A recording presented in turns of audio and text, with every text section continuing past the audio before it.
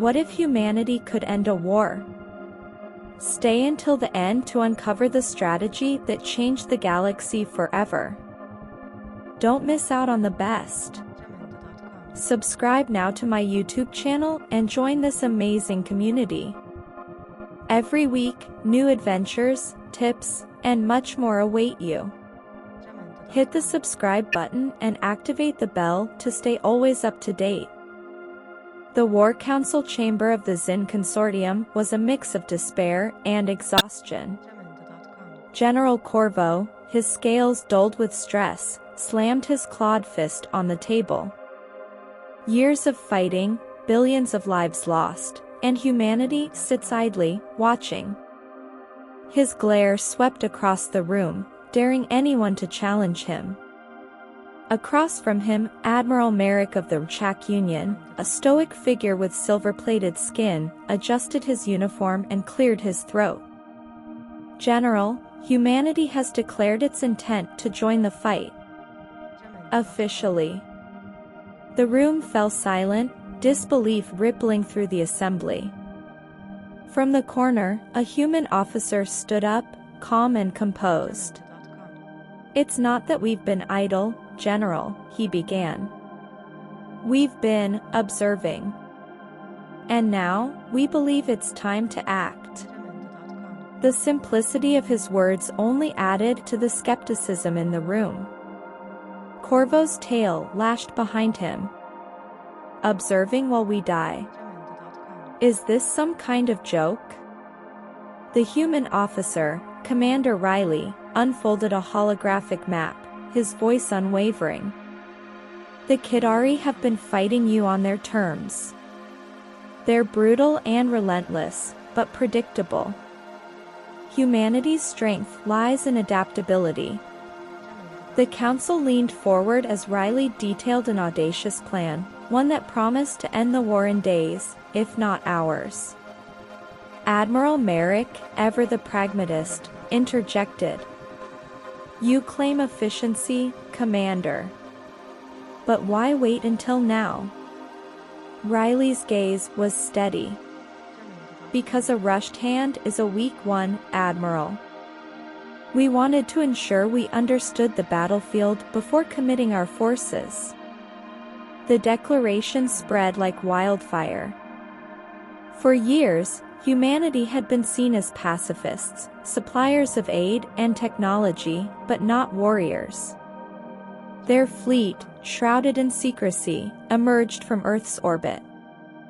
Sleek, angular ships bristling with weaponry began to mobilize. On the front lines, Zin and Rchak soldiers watched in awe as the human fleet arrived. The command ship, Resolute, dwarfed even the largest Rchak dreadnoughts, and its sleek black hull seemed to absorb the starlight. The human fleet deployed with surgical precision. Where other species had relied on brute force to break through Kidari lines, the humans bet everything on total surprise. In a remote sector of the front, a small contingent of human ships infiltrated Kidari-controlled space using advanced cloaking systems. They didn't fire a single shot at first. Instead, they disabled enemy communications, leaving the Kidari fleets isolated and vulnerable. When the attack finally began, it wasn't a massive bombardment but a series of strategic explosions that neutralized the engines of the main enemy ships. The Kidari, used to dominating through sheer numbers, couldn't comprehend how the humans were overpowering them with so few vessels. Within minutes, the command and control systems of the entire region collapsed.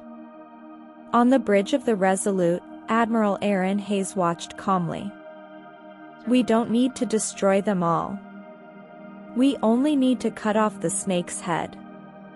His pragmatic approach was completely foreign to the more emotional tactics of the other species.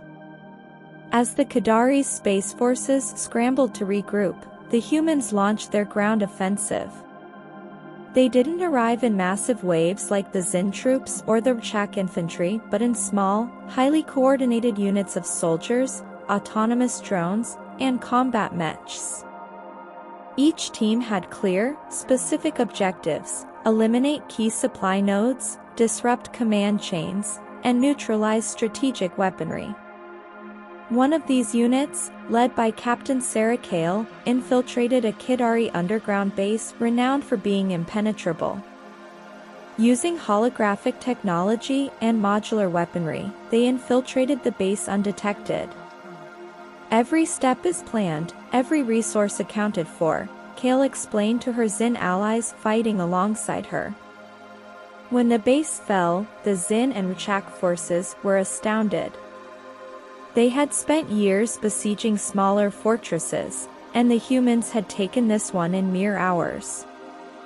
Desperation drove the Kidari to act with unprecedented ferocity.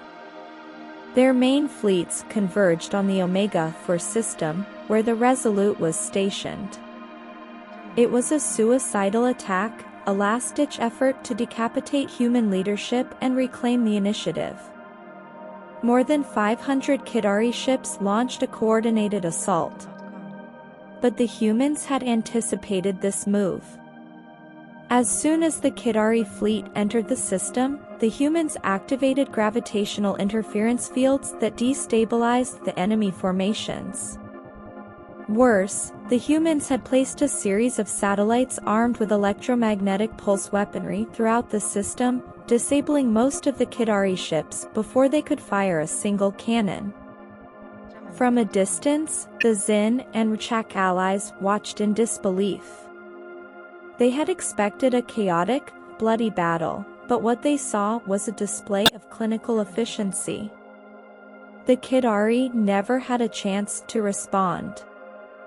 With their main fleet destroyed and their strategic systems in ruins, the Kidari Empire began to collapse. Their leaders, unable to communicate with their forces, were captured one by one. The Kidari troops, disoriented and leaderless, began surrendering en masse.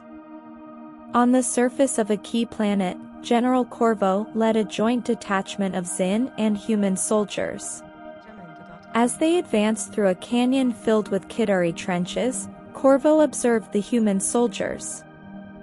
"I've never seen anything like this," he admitted. "They don't fight like us.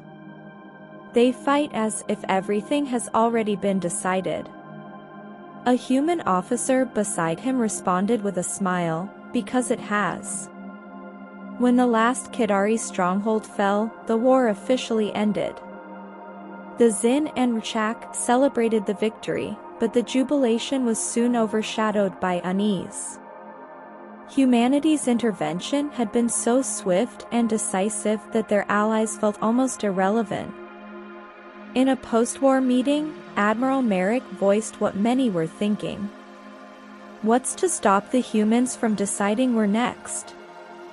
Though the question was hypothetical, it struck a deep chord among the Zin and Rchak leaders.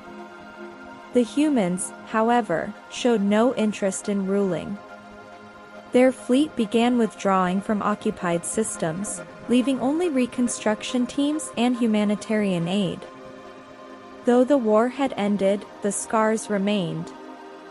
On Earth, intense debates arose over whether it had been right to intervene so decisively. Some argued that humanity's intervention had spared years of suffering, while others feared the political consequences. In a speech before the Galactic Coalition Council, Commander Riley summarized the dilemma: "War is never the answer until it has to be. Our intent was not to conquer or dominate, but to stop a cycle of destruction that was consuming everyone." His words struck a chord but did little to dispel the fear others felt. Over time, tensions began to ease. Humanity returned to its traditional role as a provider of technology and aid, but its shadow lingered. In the halls of power within the Galactic Coalition, the leaders of other species debated privately how they might contain humanity if it ever decided that galactic power needed to shift hands. Meanwhile, in the war-ravaged worlds, humans worked side by side with their former allies to rebuild. Though political tensions persisted, the Zin and Rchak soldiers who had fought alongside the humans never forgot their effectiveness and discipline. And in a forgotten corner of the galaxy, in the darkest and most remote systems, a latent threat began to take shape. The Kidari might have been gone, but the universe was vast, and humanity had revealed something it could never hide. If they could end a war in 5 hours, who could stop them if they ever decided to take it all? Thanks for watching. Don't forget to like and comment.